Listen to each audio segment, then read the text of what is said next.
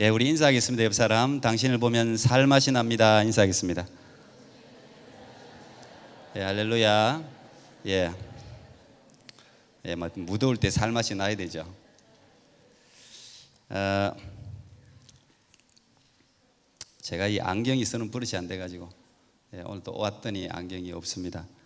그래서 제가 이거 좀 이렇게 썼다가 뺐다 이래 해도 좀 보기가 싫겠지만 이해해 주시기 바랍니다. 보였다가 안 보였다 그래야지. 오늘은 중요한 결정을 해야 할 때 이런 제목으로 말씀을 좀 나누려고 합니다. 혹시 오늘 여기 계신 분들 중에서도 지금 뭔가 중요한 결정을 해야 할 그런 일들이 있으신 분들이 분명히 있을 거예요. 그게 큰 일이든 작은 일이든 제게도 마찬가지입니다. 누구나 할 것 없이 모든 인생은 온통 선택과 결정의 연속입니다. 참 오늘 어려운 결정을 했는데 시간이 지나면 더 어려운 결정이 또 있어요. 그래서 항상 결정해야 되는 게 모든 인생의 공통점 같습니다. 고등학교 졸업생들은 어떤 대학을 갈 것인가, 대학 신입생들은 또 요즘 우리 애 보니까 어떤 과목을 또 선택할 것인가, 또 대학 졸업생들은 또 어떤 직장을 또 선택해야 하나, 또 결혼을 앞둔 사람은 또 어떤 배우자를 선택할 것인가, 또 어떤 사람은 집을 사야 하나 말아야 하나, 집 사는 문제 때문에도 어려움을 겪는 사람이 있죠. 또 집을 산다고 하면 어떤 지역에 집을 사야 하나, 또 여러분 모두 우리 캐나다에서 많은 사람들이 고민하는 캐나다에 이민을 와야 하나 한국으로 돌아가야 하나, 뭐 이런 중요한 결정이 있을 수 있죠. 또 청년들 중에서는 지금 다니고 있는 직장을 계속 다닐 것인가 옮길 것인가, 이것 때문에 고민하는 청년들도 굉장히 많아요.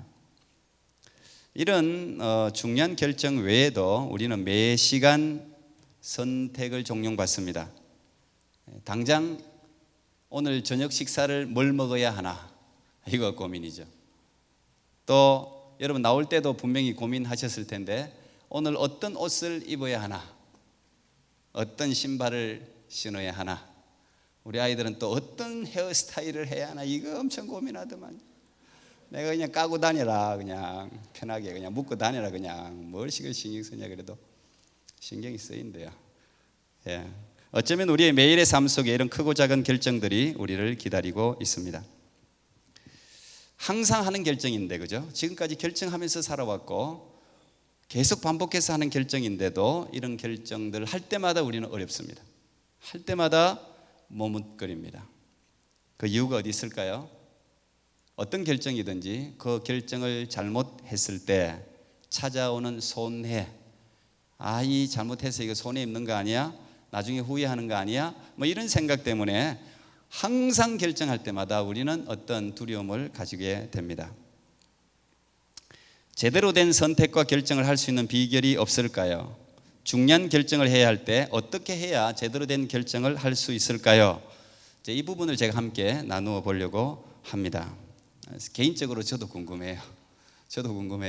저도 지금 굉장히 중요한 결정이, 개인적인 또 교회적인 결정이 지금 있어요. 이 결정을 해야 돼요. 우선 좋은 결정을 하기 위해서 먼저 제가 일반적인 이야기를 하겠습니다. 일반적으로 잘못된 결정을 하게 되었을 때 공통점을 먼저 한번 살펴보는 게 좋은 결정을 내리는데 좋은 기준을 세울 수 있을 것 같습니다.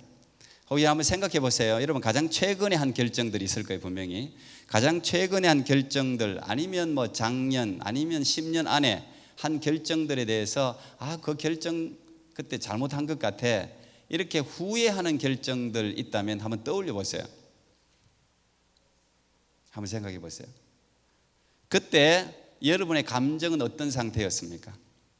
내가 후회하고 있는 그 결정을 했을 때 잘못된 결정이라고 생각되어졌을 때 그때 여러분의 감정 혹시 불안정하지 않았습니까? 대체로 잘못된 결정은 평안한 가운데 이루어지지 않습니다. 대부분이 불안정한 가운데 이루어져요. 두 번째, 이 잘못된 결정을 하게 될 때 대체로 시간에 쫓길 때입니다. 조급함을 가질 때 잘못된 결정을 하는 경우가 많습니다. 세 번째, 우리가 잘못된 결정을 했을 때 보면은 잘못된 조언자를 만났을 때 잘못된 결정을 하는 경우가 많습니다. 절대적인 어떤 한 사람의 조언을 듣고 결정했을 때 그것이 잘 되었으면 좋은데 잘못되는 경우가 많습니다. 그래서 괜히 그 사람 나중에 원망하게 됩니다. 네 번째, 우리가 잘못된 결정을 할 경우에 내가 하고 싶은 것을 선택하는 것이 아니라 다른 사람의 시선을 너무 신경 써서 나를 위한 결정이 아니라 그 사람의 시선 때문에 한 결정들, 그거 후회할 경우 많습니다. 다섯 번째, 분명한 기준이 내게 없으니까 어떤 선택을 하고 결정을 할 때 내 안에 분명한 기준이 서 있지 않을 때 유행을 따라 결정했을 때 그게 대세다 이거예요. 그래서 뭔가를 결정했을 때 잘못된 결정을 하는 경우가 많습니다. 이 외에도 물론 잘못된 결정을 했을 때 공통적인 부분들이 분명히 있을 거예요. 자, 그렇다면 우리가 일반적으로 우리가 좋은 결정을 하기 위해서 어떻게 해야 할지에 윤곽이 드러나죠. 우리가 좋은 결정을 위해서 이 잘못된 결정들의 공통점을 반복하지 않으면 돼요. 좋은 결정을 하기 위해서는 첫째, 감정적으로 평안한 상태에서 해야 돼요. 중요한 결정일수록 충분히 생각할 시간이 필요합니다. 적어도 그 결정을 했을 때 장점 또는 단점을 기록해 볼 필요가 있어요. 기록해야 돼요.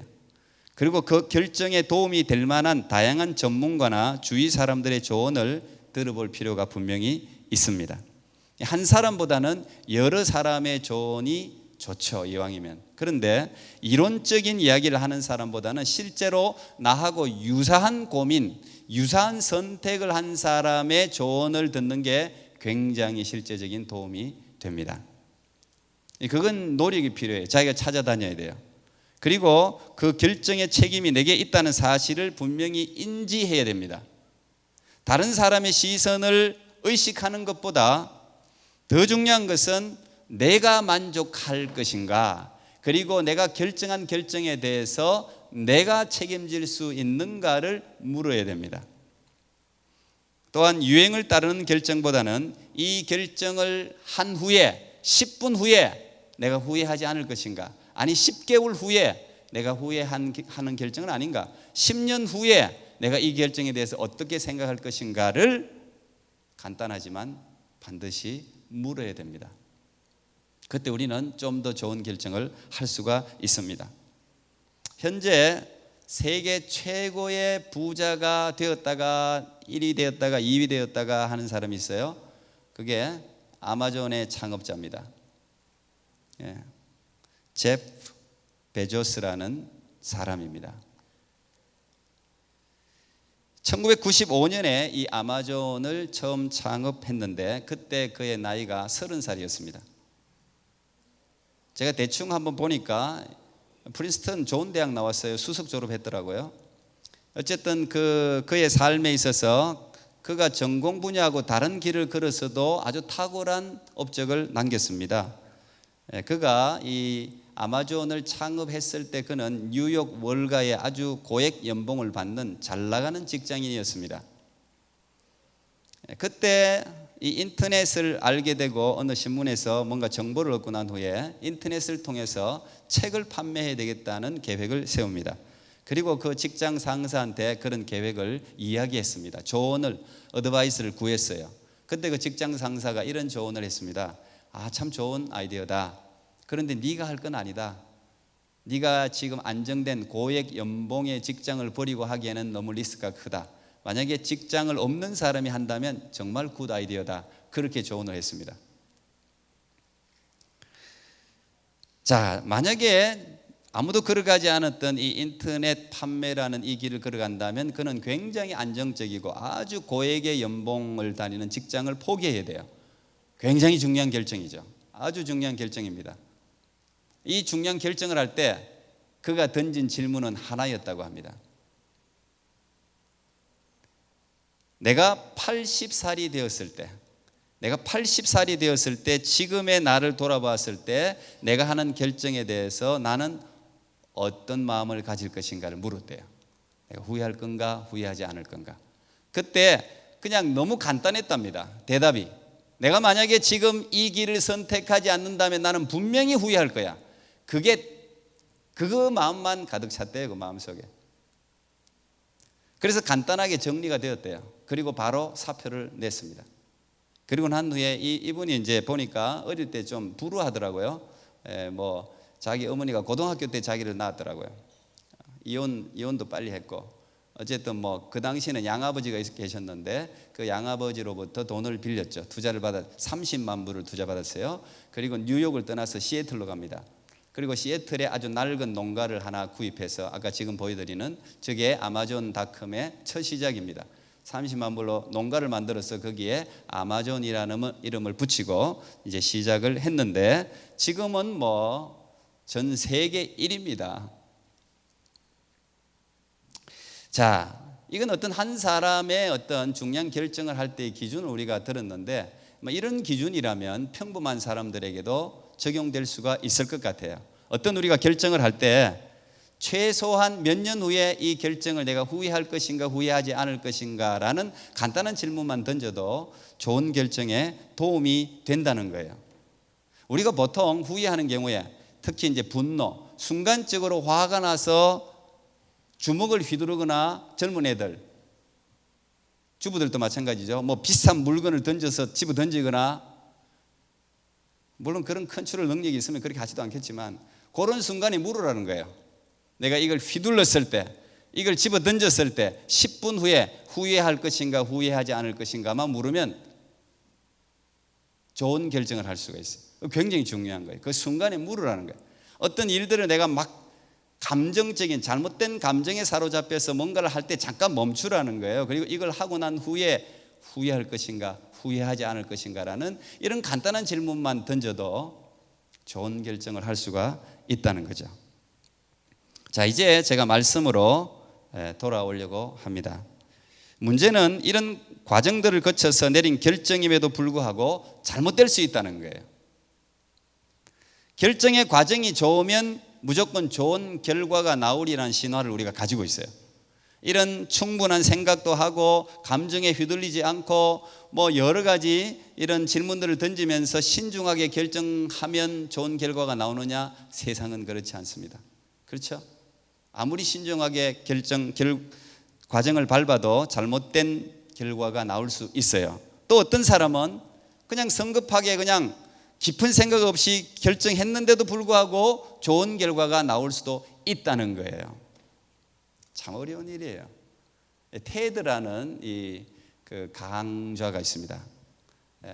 제가 가끔씩 이제 듣습니다. 우리 아이들한테도 좀 들어보라 그래요. 아주 훌륭한 강사들이 나와서 강의를 하는데 참 요즘 학교 안 가도 여러분 옛날에는 대학 가는 이유가 좋은 교수 만나러 갔잖아요. 좋은 강의 들으러 그 많은 돈을 들여가면서 갔거든요. 한국은 무슨 뭐 학벌 따르고 그 잘못된 건데 사실 대학이라는 것은 중학교, 고등학교 때 듣지 못했던 좋은 강의를 듣기 위해서 가는 거예요, 사실은.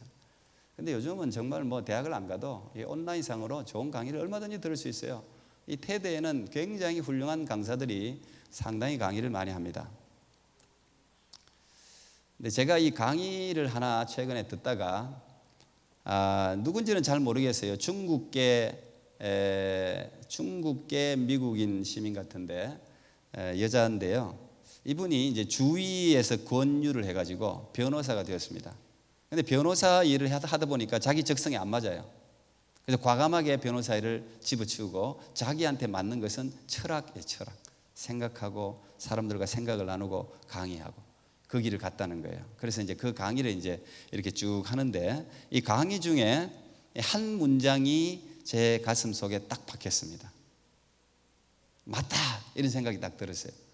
그 말이 뭐냐 하면 이런 말이었습니다. 우리 모두에게 선택과 결정이 어려운 이유는 최고의 선택과 결정은 존재하지 않기 때문입니다. 기가 막힌 말이었어요. 맞다. 왜 우리가 결정이 어려운가? 할 때마다 어려운가? 베스트 초이스가 없어요. 최고의 결정은 없어요. 이 세상에 존재하지 않습니다. 제가 꼭 그걸 들으면서 성경적인 답 같다 생각했어요. 사실 이 죄로 얼룩진 이 세상은 그 자체로 불완전합니다. 100% 만족이라는 것은 이 세상에 절대 있을 수가 없어요. 하나님이 그렇게 만들어놨어요. 그 불만족이 우리를 하나님께로 향하게 하기 때문에 하나님은 이 세상을 만족스럽게 만들지 않았습니다. 행복이 영원히 지속되게 만들지 않았습니다. 잠깐 행복하고 또다시 불행이 찾아오죠. 그게 인생의 연속이에요. 그게 하나님이 우리를 구원하는 장치이기 때문에 이 세상은 완전한 만족이 있을 수가 없습니다. 이 세상의 파라다이스는 없습니다. 그래야 우리가 천국을 사모하게 되는 거예요. 그래서 우리가 어떤 결정을 하든 100% 만족되는 결정은 없어요. 그래서 중요한 것은 뭐냐? 100% 만족스러운 결정이 없기 때문에 정말 중요한 것은 우리가 하나님께로 향해야 된다는 거예요. 하나님만이 우리에게 만족을 줄 수 있어요. 100% 만족스러운 결정이 없기 때문에 그 어떤 결정을 하든지 하나님이 우리를 인도하시면 거기에 만족을 줄 수가 있다는 거예요. 그래서 우리가 하나님을 찾아야 되는 것이죠. 잘못된 결정을 우리가 했다 할지라도 하나님은 그걸 통해서 하나님의 뜻을 펼쳐 나가십니다. 그게 하나님이세요. 성경의 인물 가운데도 중요한 결정을 했던 인물들이 굉장히 많더라고요. 제가 이렇게 묵상을 해보니까 참 많아요. 그 중에 한 명이 믿음의 조상이라고 하는 아브라함입니다. 이 아브라함은 갈대 우르를 떠났다. 우리가 그냥 당연하게 생각하는데 그렇지 않습니다. 여러분이 한국에서 캐나다 온 것하고는 비교도 안 되는 결정입니다. 적어도 200년 전에 미국에서 조선으로 가는 결정입니다. 어떻게 보면 갈대 우르는 그 당시 최고의 문명이 발달한 대도시입니다. 먹고 사는데 어려움이 없습니다. 오히려 전부 갈대 우르로 들어가야 돼요. 드림 아메리카, 요즘 동남아는 드림 코리안, 그러면서 들어가야 될 도시예요. 그런데 하나님이 거기를 떠나라고 하십니다. 결정을 내려야 됩니다. 굉장히 중요한 결정이죠. 자기 인생뿐 아니라 거기에 속한 모든 가정들 전체가 완전히 인생이 바뀔 수 있는 그런 중요한 결정이에요. 그때 이 아브라함이 어떻게 결정을 했습니까? 우리가 너무 잘 알죠. 당연하게 받아들이죠. 그런데 우리의 삶에는 적용하지 않는 결정이에요. 그는 창세기 12장 4절 보니까 이에 아브라함이 여호와의 말씀을 따라갔고 롯도 그와 함께 갔으며 아브라함이 하란을 떠날 때 75세였더라. 75세 뭔가 이런 결정 어렵습니다. 근데 그가 뭘 따라갔다고요? 여호와의 말씀을 따라갔다는 거예요. 여러분, 우리가 이렇게 생각하면 일반 사람들이, 근데 교회 다니는 사람들도 그런 말을 해요. 저 광신자 아니야? 미개한 사람 아니야? 저 책임도 없는 사람 아니야? 무조건 자기 일을 하나님 앞에 다 전가시키는 그런 무책임한 사람 아니야? 이렇게 생각해요. 믿음 있는 사람도 그렇게 생각하더라고요. 목사님들도 그렇게 생각하는 사람, 목사끼리 하는 이야기예요. 제가 뭔가를 결정했을 때 희한한 이야기를 하더라고요. 목사님인데도. 아브라함은 오늘 이 중요한 결정을 할 때 말씀을 따라갔어요. 여러분에게도 중요한 결정을 할 때 반드시 그 결정을 뒷받침할 수 있는 말씀을 붙들어야 돼요. 그게 굉장히 중요해요. 그러면은 그게 잘못된 결정이든 어떤 결정이든 후회하지 않아요. 그래서 항상 여러분 중요한 일을 앞두고는 말씀을 더 열심히 읽어야 돼요. 묵상을 해야 됩니다. 그리고 그 말씀을 뒷받침할 수 있는 그 결정에 확신을 줄 수 있는 말씀을 붙들어야 돼요. 저 같은 경우도 마찬가지겠죠. 여러분 목사한다는 게 결정이 이게 쉬운 결정 아니거든요. 제가 만약 말씀이 없었다면 저는 목사 안 했을 거예요. 저는 목사를 안 하려고 한 사람이에요. 우리 집안의 종손이고 장남이고 집안을 좀 일으켜야 되기 때문에 제 나름대로 야망이 있었던 사람입니다. 공부도 꽤 잘했습니다. 출세하고 싶었어요. 근데 하나님이 말씀을 지속적으로 계속해서 말씀을 말씀이라는 것은 지금 제가 하는 것도 하나님 말씀이에요. 말씀은 설교, 목사를 통해서 들려지는 말씀이 있고 기록된 말씀이 있어요. 다 말씀이에요. 그런데 예배 참석할 때 목사님을 통해서도 계속 동일한 말씀이 오고, 내가 성경을 읽을 때도 동일한 말씀이 오고, 말씀이 계속 반복해서 왔습니다. 그래서 이 목회의 길을 걷지 않을 수가 없었죠.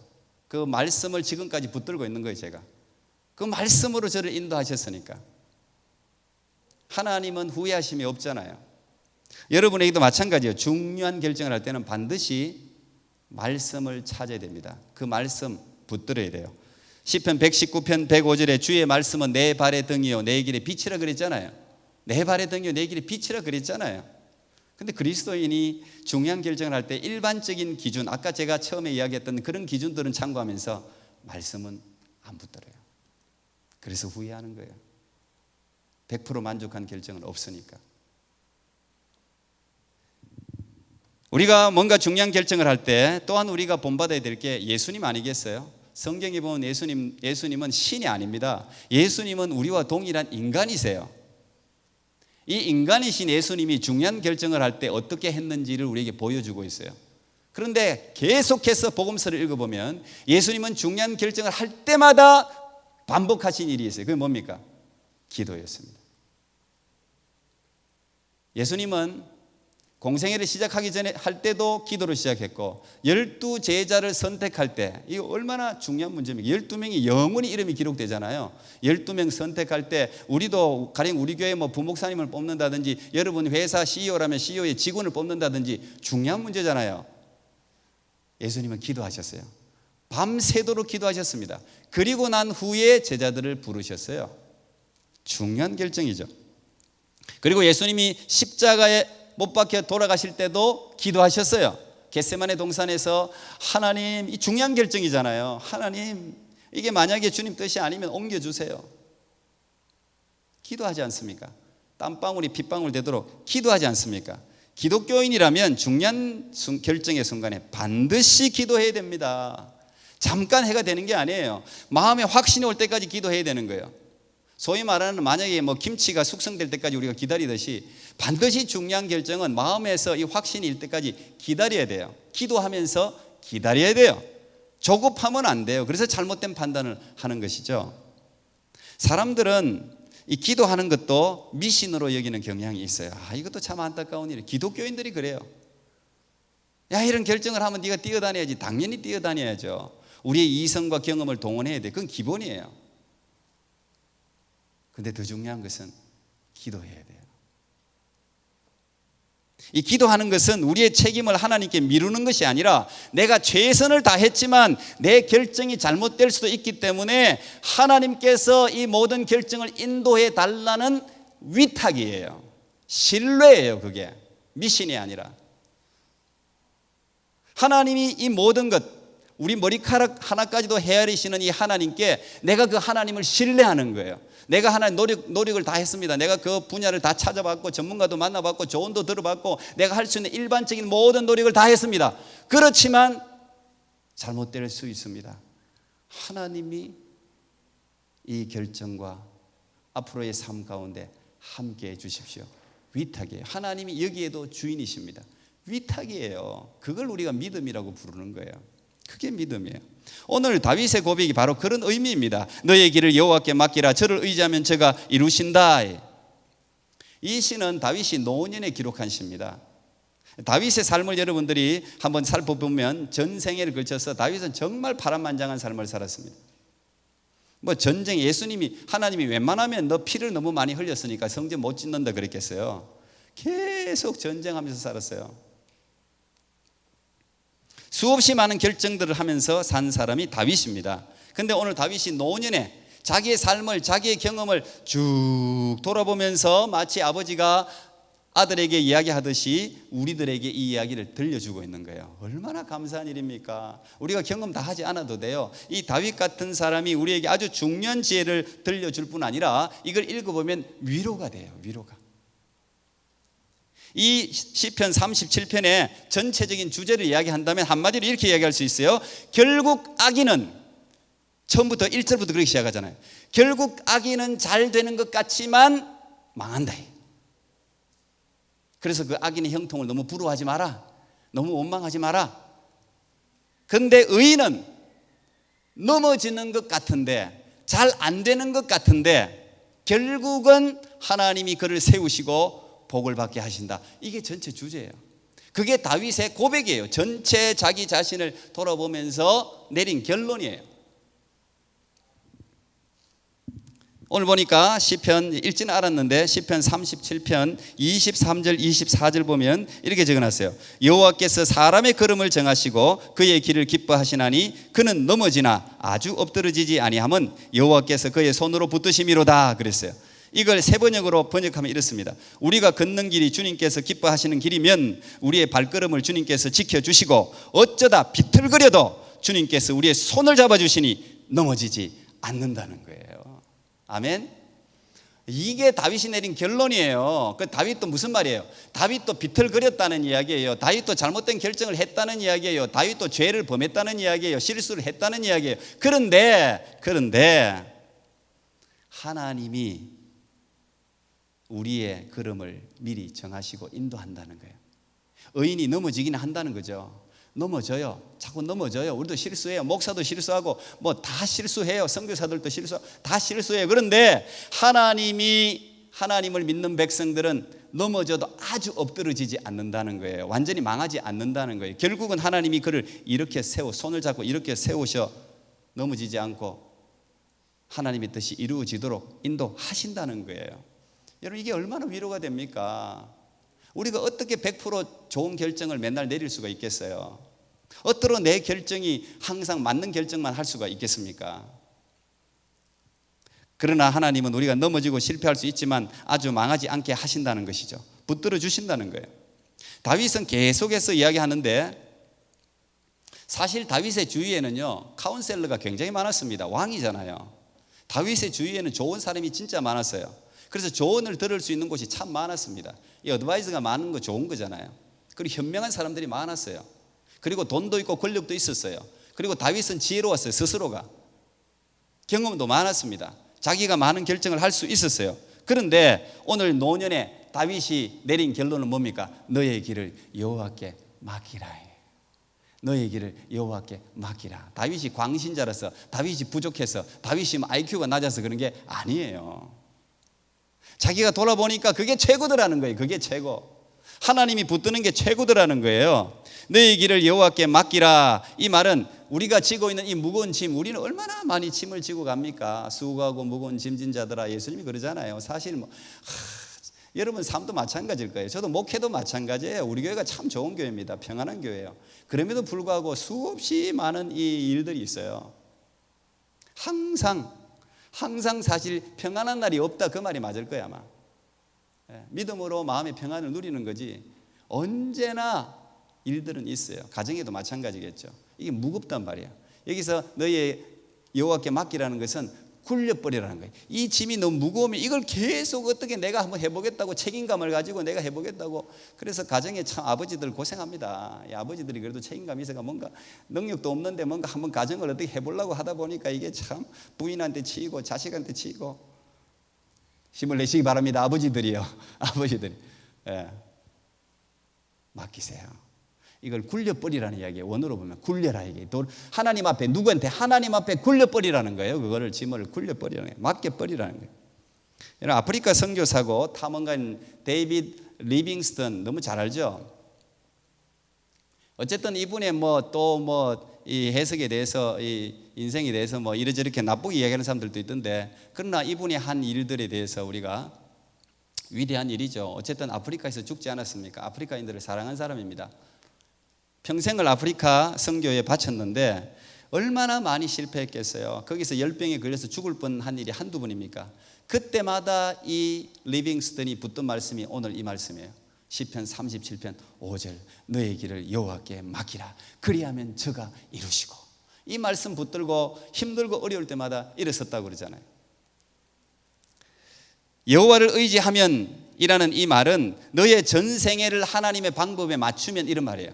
너의 생애를 하나님의 방법에 네 생각과 네 경험에 맞추지 말고 좀 이해가 안 돼도 하나님의 방법에 너의 삶의 방법을 맞추면 그러면 저가 이루시고 이 말은 네가 나를 의지한 만큼 네가 나를 신뢰한 만큼 네가 나를 믿은 만큼 그 모든 유익과 이익과 선물을 전부 너에게 다 돌려주겠다는 뜻이에요. 믿은 만큼.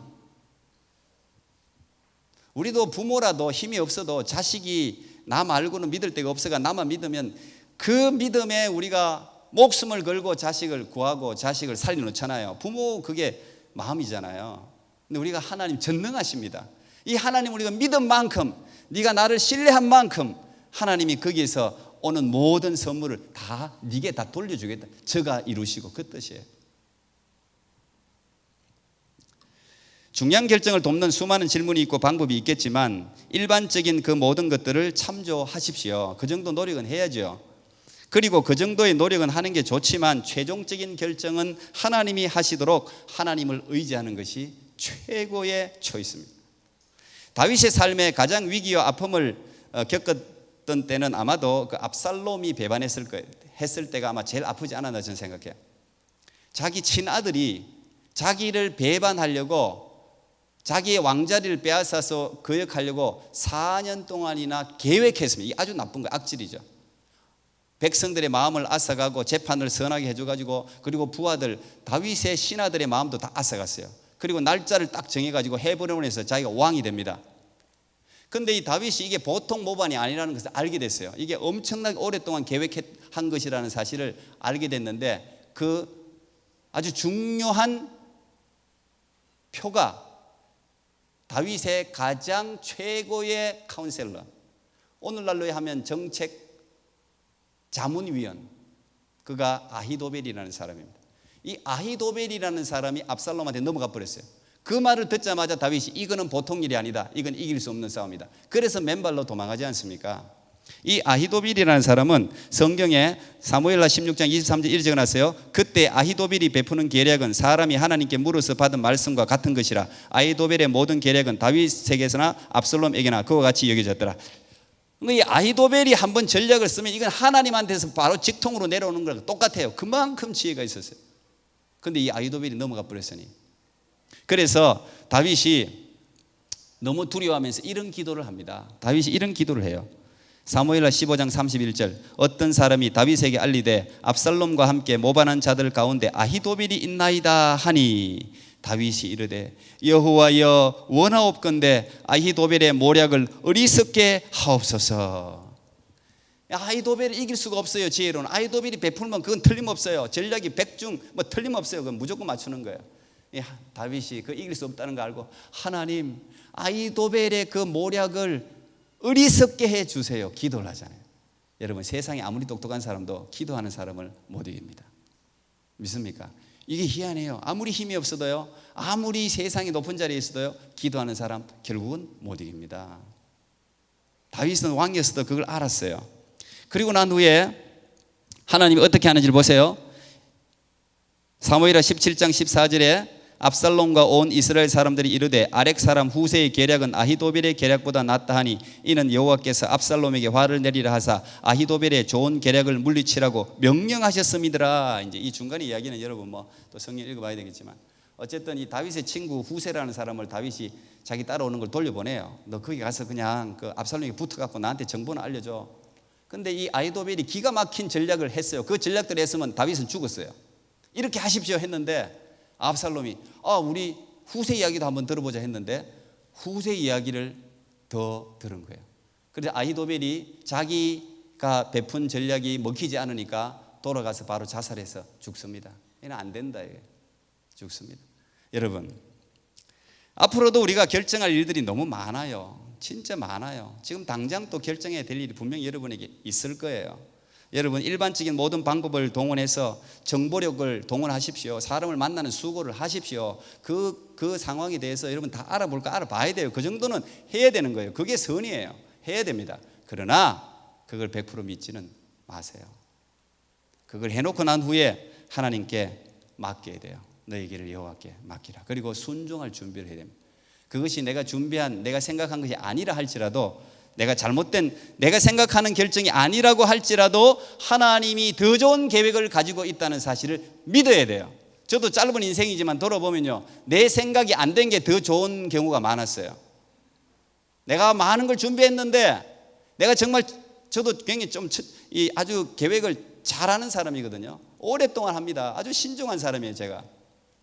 그냥 하는 말을 그냥 적석으로 하는 게 잘 없어요, 사실. 그런데도 그 결정이 뒤집어졌어요. 잘못됐어요. 당장에 뭔가 잘못된 것 같은데 제가 이렇게 돌아보면 10년이 이렇게 지나고 보면요, 하나님의 계획이 더 맞는 거예요. 하나님이 더 선하게 인도하는 거예요. 더 좋게 인도하시는 것이죠. 여러분, 우리가 말씀과 기도를 통해 하나님과의 교제가 끊이지 않는다면 하나님은 우리를 베스트 웨이, 가장 좋은 길로 반드시 인도하십니다. 그걸 믿으십시오. 혹시 내가 잘못된 결정으로 광야를 만났어요. 내가 이게 좋은 길인 줄 알고 갔는데 광야야, 먹을 것도 없어, 짐승들이 우글대. 그때 어떻게 하십니까? 하나님을 의지하는 사람은 하나님이 광야에 아스팔트를 내버려요. 혹시 내가 잘못 들어갔고 홍해를 만났어요. 앞으로 나가지도 못하고, 아이고 내가 결정을 잘못했네, 선택을 잘못했네. 걱정하지 마세요. 하나님을 신뢰하고 의뢰하는 사람은 하나님 홍해 길을 열어버려요. 바다를 열어버려요. 그래서 인도하시는 것이죠. 그런 놀라운 인도함을 받는 살아있는 하나님의 백성들이 되기를 축복합니다. 기도하겠습니다. 하나님 감사합니다. 오늘도 좋은 결정을 해야, 중요한 결정을